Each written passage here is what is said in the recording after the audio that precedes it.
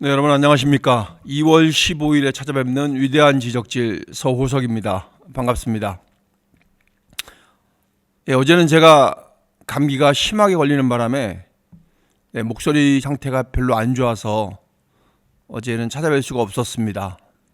여러분 감기 조심하시기 바라겠습니다. 저도 날씨 풀렸다고 방심하다가 감기 걸린 것 같습니다.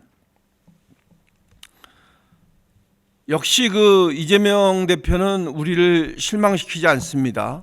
네. 뭐 웬일인가 했었죠, 우리가. 그죠? 그렇지만 저는 계속 얘기를 했었습니다. 저 새빨간 거짓말이라고. 우리 왜 옛날에 그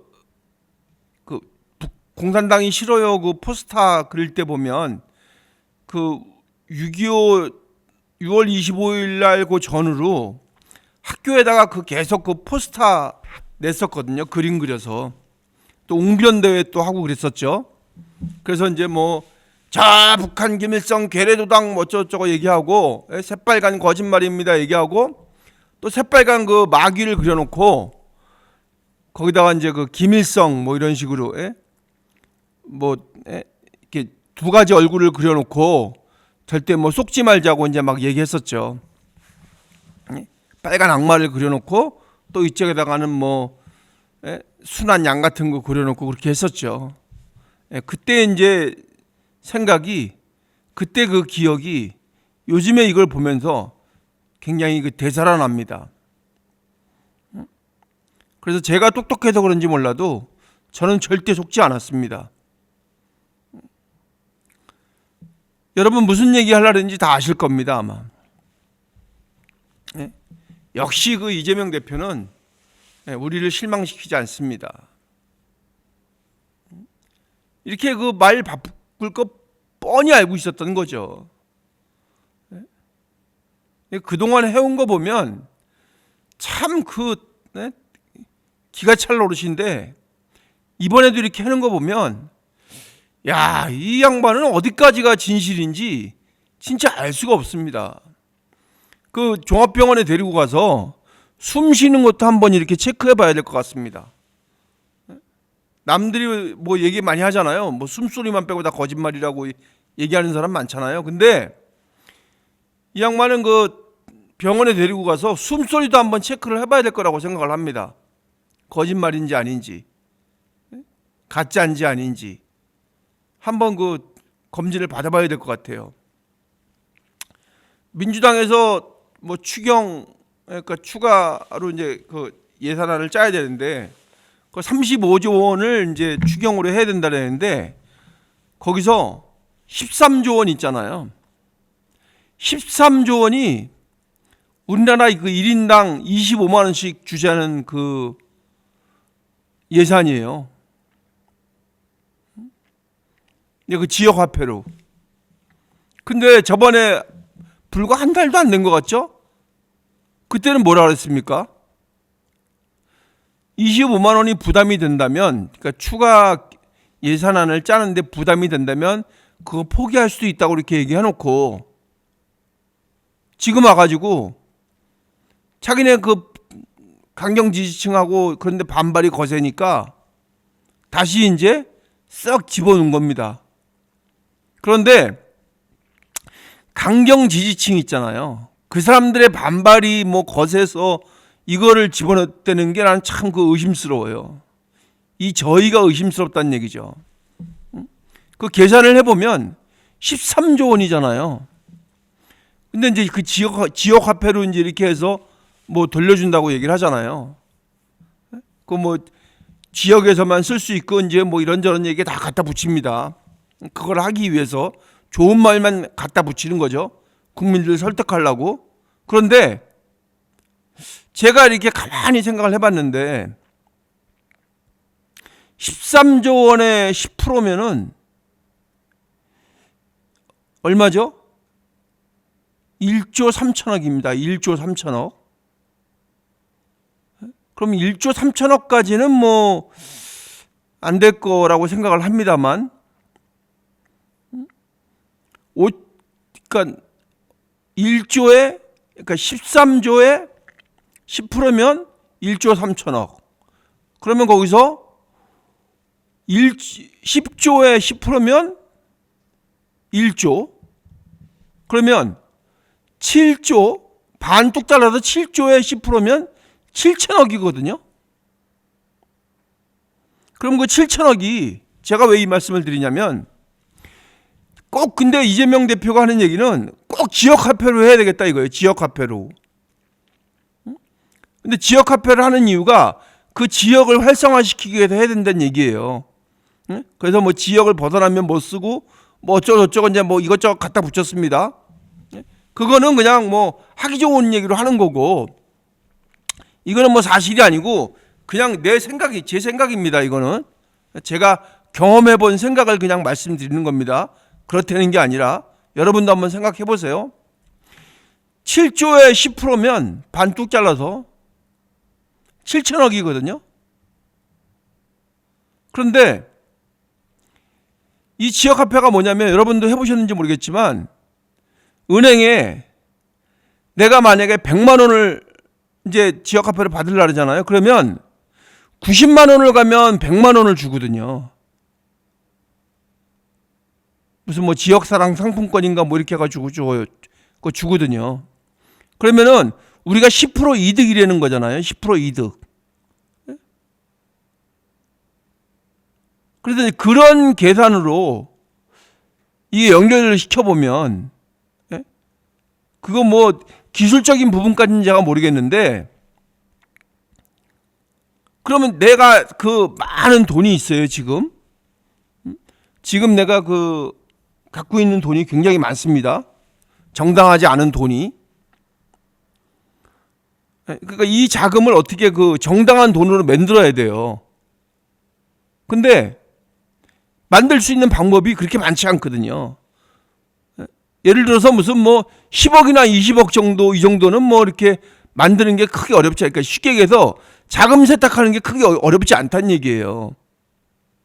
근데 7천억 정도면 예를 들어서 무슨 뭐 1,000억이나 2천억 정도 이 정도의 단위면 자금 세탁한다는 게 쉽지 않거든요. 그리고 또 그 외국에 막 보냈다 뭐 이렇게 막 해도 굉장히 어렵거든요. 근데 그 돈을 쓰기 위해서는 예를 들어서 뭐 이걸 현금으로 갖고 있든지 뭘로 갖고 있으면 그걸 어떻게 정당한 돈으로 만들어서 써야 되는데 그거를 세탁할 수 있는 방법이 정말 힘든 거죠. 거의 불가능하다고 생각을 합니다. 그런데 13조에서 7조, 7조의 10% 7천억.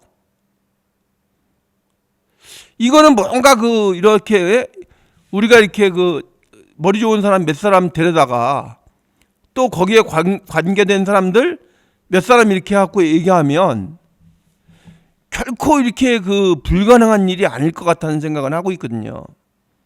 제가 뭐 그 방법에 대해서 정확하게 모르기 때문에 그냥 저는 제가 소설만 쓰고 있는 겁니다. 그런데 요거 아주 매력적인 방법이 될 수가 있거든요. 뭐 한 7천억까지는 아니더라도 뭐 하다못해 뭐 한 1, 2천억이라도 뭐 1, 2천억 정도는 그거 이런 그 지역 화폐의 그 사고 팔고를 통해서 충분히 할 수 있는 그 정도의 그 돈이라고 생각을 하거든요. 그냥 저는 이거 상상입니다. 상상. 꼭 이게 뭐 이재명 대표가 그렇게 한다는 게 아니라 그냥 제가 그냥 상상해서 하는 말입니다. 이런 방법이 있지 않을까 이렇게 생각을 해보는 겁니다.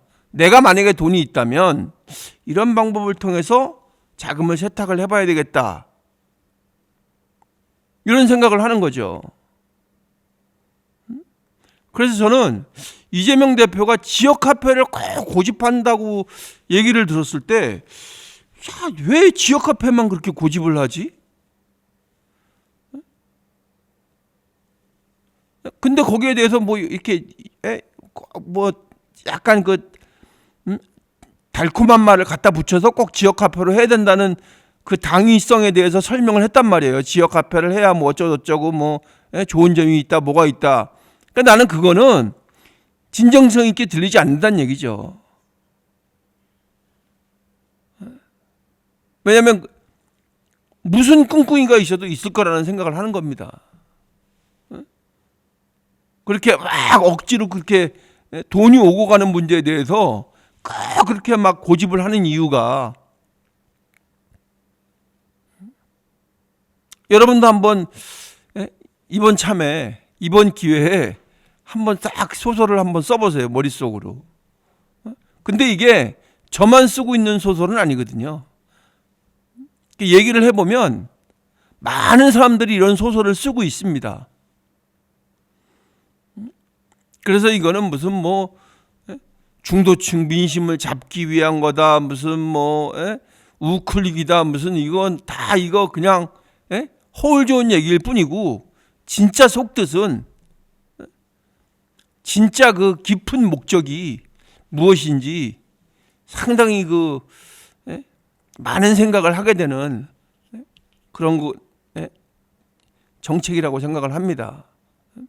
아니 다른 좋은 정책 많이 할 수 있는데 왜 꼭 이 돈과 관련해서 이런 그 이상하다고 생각되는 그런 걸 했을까? 여러분도 참 그 이상하다고 생각을 할 겁니다. 이제 이게 뭐 그것뿐만이 아니에요. 지금 뭐 이제 이거는 일단 뭐 그런 식으로 이제 한다고 해도, 그때 이제 그 여론조사가 민주당이 이렇게 떨어졌었잖아요. 그죠? 그러니까 이제 그게 중도층이 없어졌다고 생각을 하는 거죠. 왜냐하면 비상계엄하고 또 탄핵, 그때 이제 이후에 민주당이 하는 짓거리들이 완전히 그 공산당 같은 짓거리를 했잖아요. 막 점령군 같이 막 쳐들어와서 지네들 맘대로 하려는 그런 거 했었잖아요. 옛날에 외놈들이 우리나라에 쳐들어왔을 때 같이. 이순신 장군이 막아내기는 했지만 우리 한동훈 대표가 또 이순신 장군을 많이 닮긴 했지만,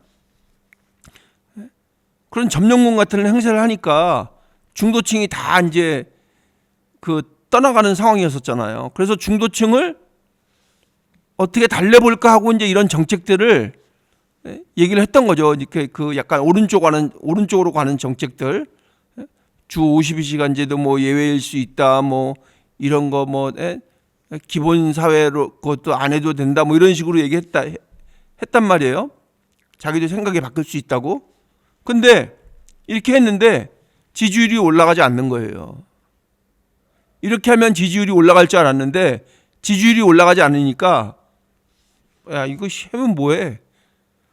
그리고 다시 싹 바꿔버리는 겁니다. 오히려 자기네 지지했던 지지층마저 떨어지려니까 언제 그랬냐는 듯이 이재명 대표의 특기를 발휘하는 겁니다. 일관성 있게. 그리고 나는 언제나 그 자리였는데 무슨 소리야? 또 이런 식으로 하는 겁니다. 이게 참 뻑이 가는 말입니다. 이게. 자기는 언제나 그 자리에 있었답니다. 여러분들도 생각 그렇게 하십니까? 자기는 뭐 좌도 아니고 우도 아니고 그냥 뭐 중도에 있다고 뭐 이런 식으로 이제 얘기를 하고 있는 겁니다. 그래서 제가 가만히 생각을 해보니까 건강검진 꼭 필요하다. 숨소리도 한번 검진을 해봐야 된다. 제가 이렇게 말씀을 드리는 겁니다. 지금 우리나라 그 중소기업들이 다 지금 폐업하고 있거든요. 더군다나 우리가 그 삼성이 잘 나가고 반도체 경기 좋았을 때 잘 나갔던 회사들이 지금 이제 막 문 닫는 회사들이 엄청 많아졌어요. 뭐 이거에 걸리고 저거에 걸리고 막, 그래서 그 회사를 운영할 수 없는 처지에 이르게 되는 겁니다. 그러면은 그거 이제 뭐 중국 기업에다 이제 또 팔아버려요. 중국에서는 옳다쿠나 하고 그냥 막 사들이고 그럽니다. 그리고 이제 그 업체를 운영하던 사람은 에이, 나 이거 그냥 이거 팔아가지고 그냥 편안하게 살아야 되겠다 이렇게 생각하고 문 닫아버리는 거죠. 그러면 문을 닫는 건 좋다 이거예요. 물론 뭐 회사를 안 하는 거 하고 안 하고는 지 맘이니까. 우리나라 뭐 이 자유민주주의 국가에서. 그러면 거기에 그 다니던 사람들은 어떻게 되는 겁니까? 그 회사에 다니던 사람들은 그냥 직장이 다 없어지는 거예요. 거기에 들어가서 뭔가 그 자기가 목표로 하는 삶을 살고자 했던 사람들은 그냥 허망한 꿈이 되는 거죠. 자기 인생이 허망해지는 겁니다. 그러면 거기서 돈을 못 버니까 나와서도 돈 쓰지도 못하고 다른 일자리 또 찾아다녀야 되고 그게 계속 악순환이 생기는 거예요. 악순환이. 그럼 그런 악순환이 생기지 않게 정부에서 지금 기업들한테 뭐가 필요한가를 생각을 해서 그거를 밀어줘야 되잖아요. 야당이든 여당이든. 그런데 민주노총만 지금 밀어주고 있는 거예요. 그 민주노총의 그 폭력적인 시위가 얼마나 대단해요. 그 기세에 눌려서 민주당에서는 말 제대로 하지 못하고 그 사람들의 민주노총의 입맛에 맞는 정책하고 말만 해주는 겁니다. 그래서 이렇게 뒤집는 거예요. 자기가 했던 말을 뒤집는 거라니까요. 자기 생각으로 이게 옳다고 생각했던 것도 민주노총에서 그렇게 하면 안 된다고 하면은 그냥 바로 바꿔버리는 거예요. 그래서 그게 자기의 무슨 기본 신념이나 되는 거 모양, 기본 정책이나 되는 거 모양 그렇게 떠드는 겁니다. 그랬다가 안 되면은 이쪽으로 싹 와서 간 보다가 다시 또 안 되니까 다시 또 제자리로 가고 이런 식으로 하는 게 지금 이런 그 이재명 대표하고 민주당의 모습입니다. 이런 사람들이 무슨 나라 이끌겠어요? 이런 사람들이 만약에 정권을 잡으면 어떻게 되겠습니까? 우리나라가. 민주노총의 요구는 엄청 더 심해질 겁니다, 아마. 왜냐면 너 우리 때문에 대통령 된 거잖아. 그럼 우리 말 들어야 될 거 아니야. 그러면 민주노총이라고 뭐 가만히 있겠습니까? 원래 친한 사람들이 원래 그 제일 무서운 사람이 친한 사람이거든요. 친한 사람이 그 사람의 약점을 제일 많이 알고 있습니다. 그럼 나중에 가서 그걸 갖고 협박을 하는 거거든요. 그래서 친한 사람이 제일 무서운 겁니다. 나를 모르는 사람은 별로 무섭지 않거든요. 왜냐하면 나에 대해서 모르기 때문에. 그러면은 그동안 계속 이어져 온 그 민주당하고 이재명 대표 또 그 민주노총, 개딸, 그 사람들의 그 끈적끈적한 관계가 있잖아요. 거기서 그러니까 쉽게 버리질 못하는 거죠. 자기가 옳다고 하는 거를 절대 진행시킬 수가 없다니까요. 그 사람들의 눈치가 보여서. 그럼 그 사람들의 눈치가 보이는 이유는 뭐겠습니까? 약점이 잡혀 있다는 얘기죠. 무언가가. 그러니까 그냥 좋은 게 좋은 거지 하고 넘어가는 겁니다. 우리가 한동훈 대표를 왜 지지합니까?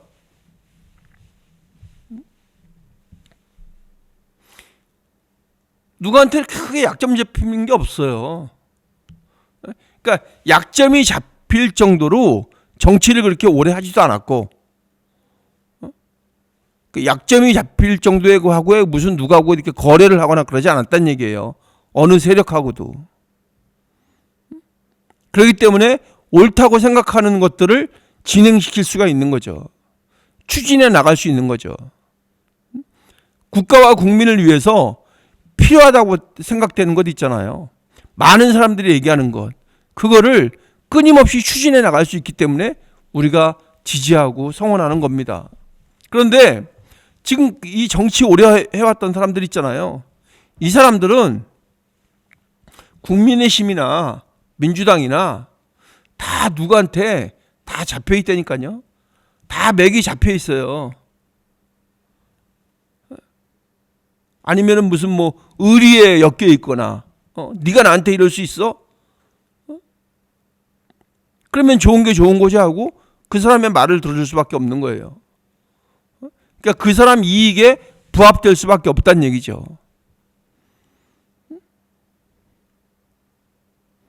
지금 그거 안 했다고 사람들이 한동훈 대표한테 배신자라고 그러는 거 아니에요? 네?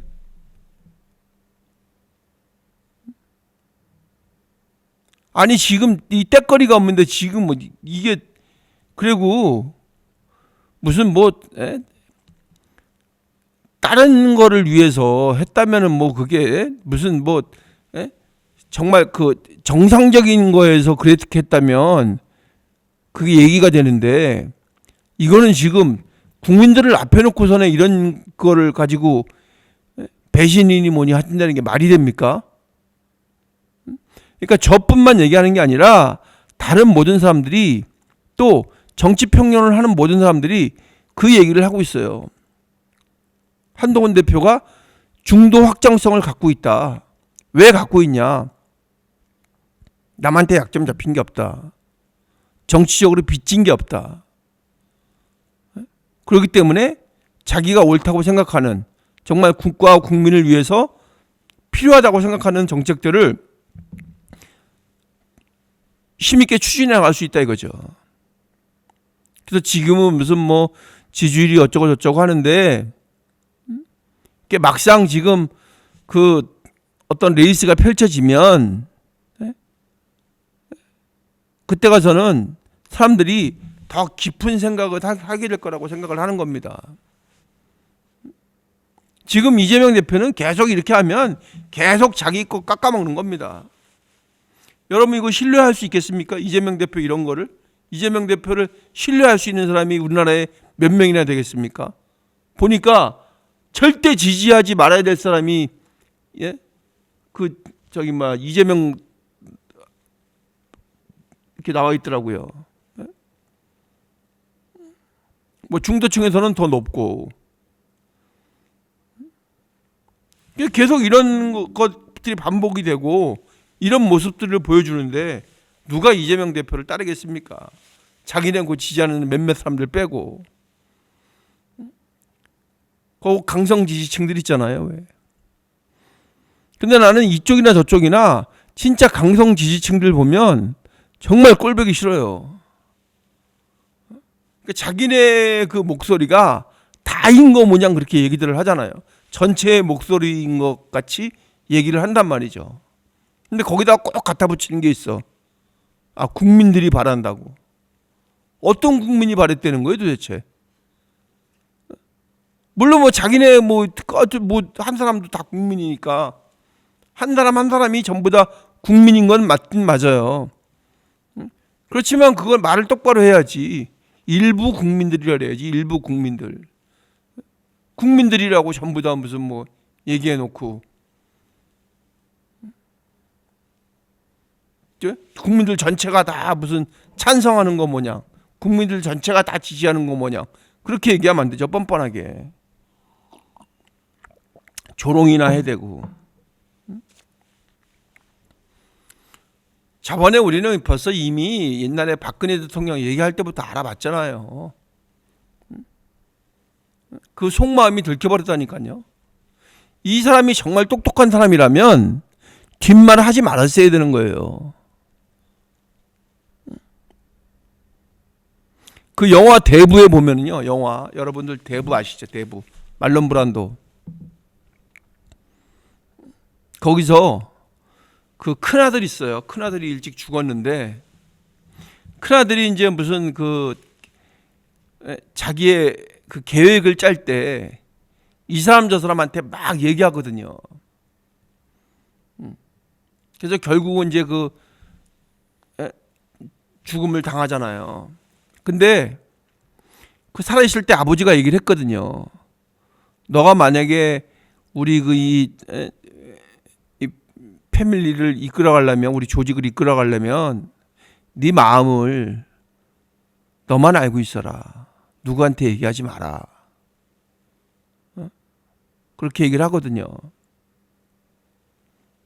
그러면은 지가 진짜 똑똑할 것 같으면 그 뒷얘기는 하지 말았어야 되는데 이 멍청하니까 얘기를 해버린 거예요. 내가 박근혜 대통령 존경한다니까 진짜 존경하는 줄 알았냐? 아니 이게 아무리 멍청이라도 어떻게 이런 말을 합니까? 그러면 자기네 그 지지층들 있잖아요. 몇몇 안 되는 그 지지층들 전체 국민으로 놓고 보면 그 몇몇 안 되거든요. 10%도 안 될 거예요 아마. 10%가 뭐야? 그 사람들 듣기 좋으라고 그 뒤에 얘기를 한 거예요. 그러니까 이렇게 머리가 나쁘고 멍청한 사람한테 무슨 나라를 맡기겠습니까?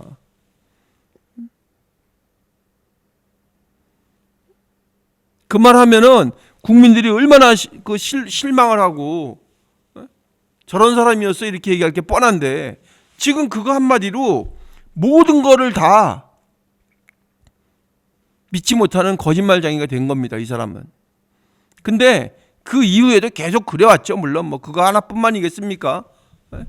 뭐든지 했다 하면 돌아서면은 다 그냥 말 바꿔버리고 언제 그랬냐는 듯이 얼굴 싹 바꿔버리고 그래서 아주 그 TV에 나오는 것만 봐도 역겹잖아요. 그죠? 뭐 저도 그렇지만 제 주위에 있는 사람들 거의 다 그래요. 그렇게만 모여있는 사람들일지도 모르지만 재수없어 하지만 얼굴 좀 안 보였으면 좋겠어. 다 이렇게 얘기합니다. 뭐 인신공격적인 얘기도 많이 해요. 무슨 뭐 누가 저 눈이 저 뱀눈이라고 원래 저런 사람은 믿을 수 없다고 얘기하고 또 민주당 성향이었던 사람 있잖아요. 민주당 성향이고 민주당 사람도 그렇게 얘기하더라고요. 자기도 싫다고. 왜 싫으냐니까 일관성이 없다고 얘기를 하잖아요. 근데 오늘 다른 김부겸, 김동연 이런 사람들도 다 얘기했어요. 이 말 바꾼 거에 대해서. 이게 다 지지율 떨어뜨리는 거라고. 지지율 떨어지는 이유라고 다 얘기를 했단 말이에요. 그나마 거기에 그런 사람들이 그래도 있기 때문에 어느 정도 저기가 커버가 되는 거지. 지금 거기 그 딸랑이들만 있으면은 이런 얘기 하겠습니까? 오히려 지금 더 옹호하고 있잖아요. 그러지 말고 잘 살펴보세요. 절대 그런 게 아닙니다. 이렇게 얘기를 하잖아요. 살펴보긴 뭘 살펴봐. 그 안에 검은 속뜻이 있는지 알 수가 없는데. 근데 그 검은 속뜻이라는 게 굉장히 의심스러운 부분이다 이거죠. 왜 꼭 그렇게만 고집하는지 무슨 뜻이 있나. 어쨌든 13조 그중에서 반 6조 5천억 6조 5천억에 10%면 6,500억입니다 여러분. 뭐 어떻게 하는지 기술적인 방법은 모르겠지만 저는 제 나름대로 한번 소설을 써보는 겁니다. 그렇게 해도 될 수 있다는 거를. 어쨌든 이런 달콤한 얘기들을 국민들한테 하는 겁니다. 그러니까 지금 우리가 이 당뇨 걸린 사람들 있잖아요. 왜 당뇨 걸린 사람들 그런 사람들 보면 물론 뭐 죄송합니다만 당장 먹기 좋은 거 있잖아요. 단 거 먹으면은 그 당뇨에 걸리잖아요. 뭐 당분 많이 들어가 있고 뭐 이렇게 그러니까 맛있는 거는 다 그 당뇨의 위험성이 있어요. 당장 먹기 좋은 거. 근데 그거를 계속 먹다 보면 나중에는 결국은 막 다 자르잖아요. 그러니까 당뇨가 진짜 무서운 병이라고 얘기를 하잖아요. 지금 이재명 대표가 하는 게 딱 우리나라 당뇨 걸리게 만드는 정책들이거든요. 뭐 이런 기본사회 정책들이 국가를 당뇨 걸리게 만드는 겁니다. 그러면 결국에 가서는 이렇게 계속 하다가는 팔다리 다 잘라야 돼요. 인간같이 살 수가 없다는 얘기입니다. 그럼 그걸 크게 보자면 국가가 그렇게 된다는 얘기죠. 당장 먹기 좋게 계속 뭐 이것도 주고 저것도 주고 다 주재는 거 아닙니까? 거기에 쏘가 넘어갈 국민도 없지만 어떤 사람들은 또 그러면 주는 돈은 받고 찍는 거는 이재명 안 찍으면 되죠 또 이러더라고요. 근데 그게 우리가 잘 생각해 봐야 되는 게 뭐냐면 절대 지금 여러분들 다 아시잖아요. 이 세상에 절대 공짜가 없다니까요. 그게 결국은 다 우리 주머니에서 다 빠져나가는 겁니다. 그거 이상으로. 그거 준 거 이상으로 빠져나가는 거예요. 당뇨 걸리면 돈 많이 나가잖아요. 당장 먹기 좋은 것만 먹었다가 그 치료비를 엄청 쓰게 되는 겁니다. 지금 올해 그 중소기업 그 폐업률, 파산율이 최고랍니다. 최고. 거기에 그 딸린 사람들 전부 다 직장 그만두고 지금 직장 구하려고 아주 목숨 걸고 다닙니다. 한 명 구하는데 막 200명씩 온대요.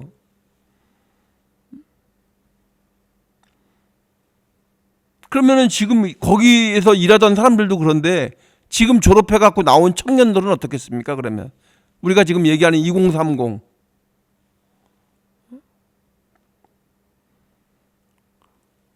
그 사람들도 같이 경쟁을 해야 되는 거예요. 그러니까 그 청년들은 아예 그냥 포기를 해버리는 거예요 지금. 근데 지금 상황이 이런 상황인데 그 민주당의 그 연수원장인가 있어요. 박아무개라고 있어요. 그 사람은 청년들 말라 비틀어지게 해야 된다고, 말라 비틀어져서 소멸시켜버려야 된다고 얘기를 하잖아요. 이게 그 민주당의 민주당에서 교육시킨다는 사람의 말이 이겁니다. 그리고 나서 민주당에서 뭐라고 얘기하냐면 우리 당하고는 상관이 없다고 얘기를 합니다. 자기네 당 교육시키는 교육연수원장이 이렇게 말을 했는데 이제 와서 우리는 다 상관없습니다. 그 사람은 그 사람의 말뿐입니다. 이렇게 얘기를 합니다.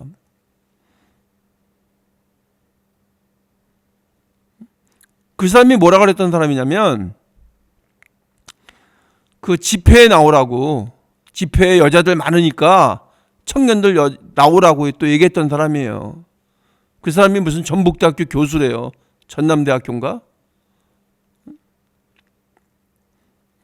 그렇게 말을 하고 그렇게 그 썩어빠진 생각을 하고 있는 사람이 교수고 민주당 그 연수원장이에요. 근데 그렇게 말을 할 수 있는 이유는 뭐냐면 자기가 그렇게 말해도 자기 먹고 사는데 전혀 지장 없거든요. 그러고 나서 무슨 뭐 철학자입네 이렇게 지금 떠들고 있습니다. 자기는 뭐 철학자의 길을 가련다고 얘기를 하고 있습니다.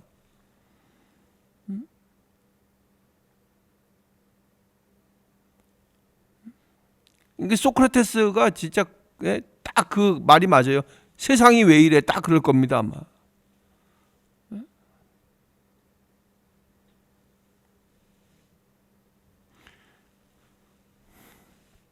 지금 상황이 이런데도 그 부산대 총장이 있습니다. 부산대 총장. 차정인이라고 전 부산대학교 총장이에요. 이 사람이 뭐라 그랬냐면 조민 있잖아요. 조민. 조국 딸 조민. 파렴치범 조국 딸 조민을 지켜주지 못해서 미안하다고 얘기를 했습니다. 지금 그 부산 교육감 선거가 있나 보더라고요. 그런데 자기가 조민을 못 지켜줘서 미안하다고 합니다. 이 불을 확 질러버리는 겁니다. 지금 청년들의 마음속에. 지금 청년들이 그냥 공짜로 주는 거 바라지 않잖아요. 그러니까 지금 그 청년들이 이렇게 보면 그 굉장히 그 좀 냉정한 면도 있거든요. 왜냐하면 그냥 주지 말고 그냥 공정하게나 좀 해줘라. 공정하게. 이렇게 얘기를 하고 있는 거거든요. 지금 탄핵 반대 집회에 나온 그 청년들 있잖아요. 그 사람들이 하는 얘기는 뭐 저는 거기에 대해서 물론 확고한 입장을 갖고 있습니다. 우리 한동훈 대표하고. 그렇지만 그 사람들이 탄핵 반대 집회에 나온 첫 번째 이유가 뭐냐면 공정하지 못하다는 거거든요. 탄핵 심판이. 어떤 결과가 나오든 공정하게 진행을 해달라는 얘기죠. 헌법재판소가. 그러니까 전한길 그 강사도 얘기하는 게 뭐예요? 공정하게 해달라는 거거든요. 공정하게. 그런데 공정하게는커녕 자기 딸, 자기 아들 그 부산대 의전원에 입학시키려고 표창장 위조해서 지 마누라하고 짜가지고 표창장 위조해갖고 내고 인턴 확인서 그 허위를 작성해가지고 내고 그래가지고 거기 들어갔어요. 그래서 그게 사건이 된 지 2년 만에 그 잘렸단 말이에요. 입학 취소가 됐단 말이에요. 조민이가. 응? 그런데 그거 못 지켜줘서 미안하답니다. 그때 당시 그 총장이. 자기가 그때 그 막아주질 못했다 이거예요. 그래서 미안하대요. 미안. 아니 공정하게 해서 공정하지 못해서 미안하다는 얘기를 할 수 있지만 잘못된 거를 위조한 거를 막아주지 못해서 미안하다는 게 말이 됩니까 이게? 이게 지금 이 부산대학교 전 총장 입에서 나온 얘기예요. 차정인 전 부산대학교 총장이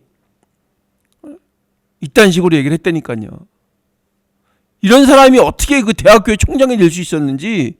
그리고 또 이 교육감 선거에 나왔어요 지금. 우리 청년들 미래 세대의 그 교육을 책임지고 있는 교육감 선거에 나왔다니까요.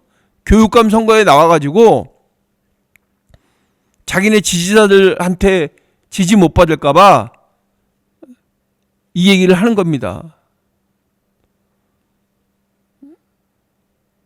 정말 이거 화나는 일 아닙니까 여러분?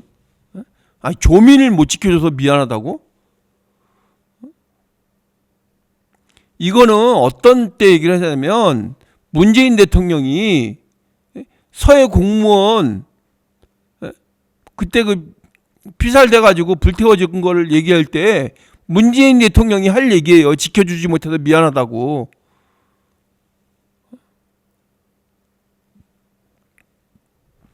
근데 그런 데에는 못 지켜줘서 미안하다는 말은커녕 월북으로 의심된다고 얘기를 하고 그냥 넘어가고 지금 이렇게 허위 서류 제출하고 표창장 위조해가지고 입학했다가 잘린 사람한테는 못 지켜줘서 미안하다 그러고 이게 무슨 이 개 같은 경우냐고요 이게.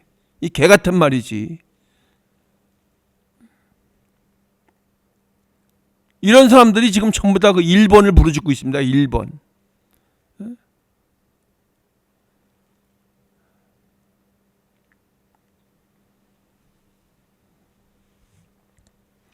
이 청년들이 이런 거 보면 굉장히 분노하고 절망하는 겁니다. 그리고 청년들이 모르면은 얘기해 줘야 돼요, 이런 거.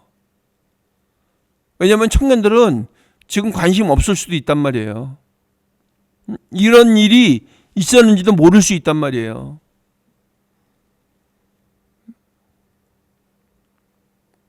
근데 실태가 이렇다는 거를 분명히 알려줘야 됩니다, 지금.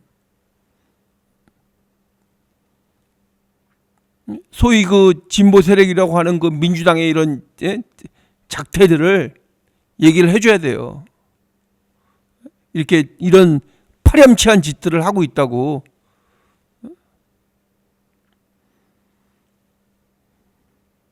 그래서 청년들이 분노하고 그 분노한 마음을 표출해서 바로잡을 수 있게 해야 되는 거죠.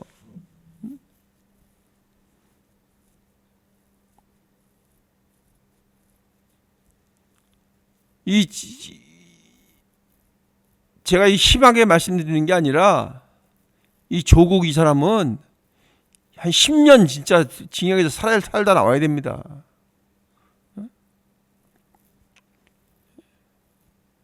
그 와이프도 벌써 나왔는데 그거 너무 조금 받았어요. 아직도 그리고 이거 뉘우칠지 모르잖아요. 반성을 안 한다니까요. 자기네가 당했다고 생각하는 거예요. 아, 도둑질 해놓고 아씨 들켰네. 나를 왜 잡았어? 이렇게 얘기를 하는 거예요 지금.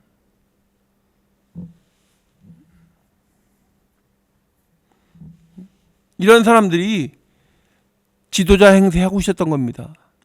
거기에 또 괜찮다고 얘기하고. 이게 지금 그 민주당의 실태고 민주당의 이 뻔뻔한 이 얼굴입니다. 그러니까 여러분이 혹시 모르셨다면 이 얘기를 분명히 해줘야 됩니다. 젊은 사람들한테 지금 젊은이들이 이렇게 당하고 있다고, 이렇게 당하고 살고 있다고 얘기를 해줘야 되는 거예요. 혹시 모를까봐. 그 위선적인 거에, 민주당의 그 위선적인 얼굴에 당하고 있다고 얘기를 해줘야 됩니다. 반드시. 그래서 그 사람들의 생각이 바뀌어야 되는 거예요. 우리가 잘못 알고 있었다. 잘못 판단했다는 것을 분명히 느끼게 해줘야 되는 겁니다.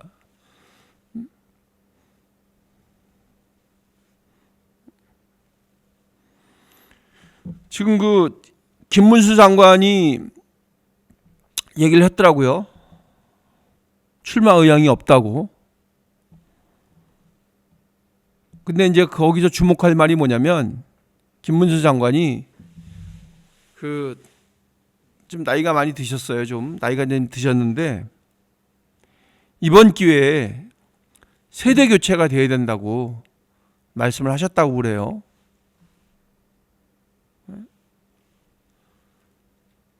그 지금 저희들의 생각하고 크게 차이가 나지 않는 것 같습니다. 자기는 출마 의사가 없고 세대 교체가 좀 일어났으면 좋겠다. 세대 교체가 되었으면 좋겠다. 이렇게 얘기를 했습니다. 지금 우리가 냉정하게 생각해 보세요. 지금 이 기득권 정치인들 있잖아요. 소위 뭐 586, 686. 그러니까 586까지는 그런데 지금 686. 그러니까 60세 이상이면서 뭐 80년대 학번, 60년대생. 이 사람들이 계속 가면 이건 그냥 혼란만 가중시킬 뿐입니다. 지금 이재명 대표나 무슨 뭐 누가 돼봐야 절대 우리나라 이 좋은 나라 될 수 없습니다. 계속 이 양분될 거예요. 양분. 이렇게 계속 갈라지게 될 겁니다. 아마. 지금 청년들은 그런 생각은 이제 안 하는 청년들이 많으니까 이번 기회에 세대 교체가 일어나서 다시 한번 이런 그 국민 통합의 길로 가는 그런 방향을 우리 모두가 선택을 해야 될 거라고 생각을 합니다. 그래서 우리 국민의힘에서는 한동훈 대표가 나와서 세대 교체에 좀 일어나고 바람이, 또 뭐 민주당 쪽에서는 또 좀 정당한 생각을 갖고 있는 사람, 좀 공정한 생각을 갖고 있는 사람, 아닌 것에 대해서 분명하게 비판할 수 있는 사람, 이런 사람이 나와서 그런 선의의 경쟁을 했으면 좋겠습니다. 지금 이 텔레비에 나오는 이 정치를 데리고 가봐야 아무 국가에 도움 안 됩니다. 여러분들 이 점 기억하셔서 여러분께서는 많이 도와주시기 바라겠습니다. 지금 이제 우리는 어쨌든 당은 다르니까 우리가 진보가 될 수는 없습니다. 우리 기본적인 생각이 거기는 자기네들이 알아서 하면 되는 거고, 어쨌든 우리는 한동훈 대표가 좀 나와서 좀 선의의 세대 교체가 분명히 일어나기를 하는 바람입니다. 분명하게 바뀔 수 있는 계기가 됐으면 좋겠습니다. 감사합니다, 여러분. 또 찾아뵙겠습니다. 몸 조심하겠습니다. 좋아요 많이 부탁드리겠습니다. 그리고 여러분들의 의견 댓글로 많이 주시면 제가 감사히 보고 또 많이 참고하겠습니다. 고맙습니다.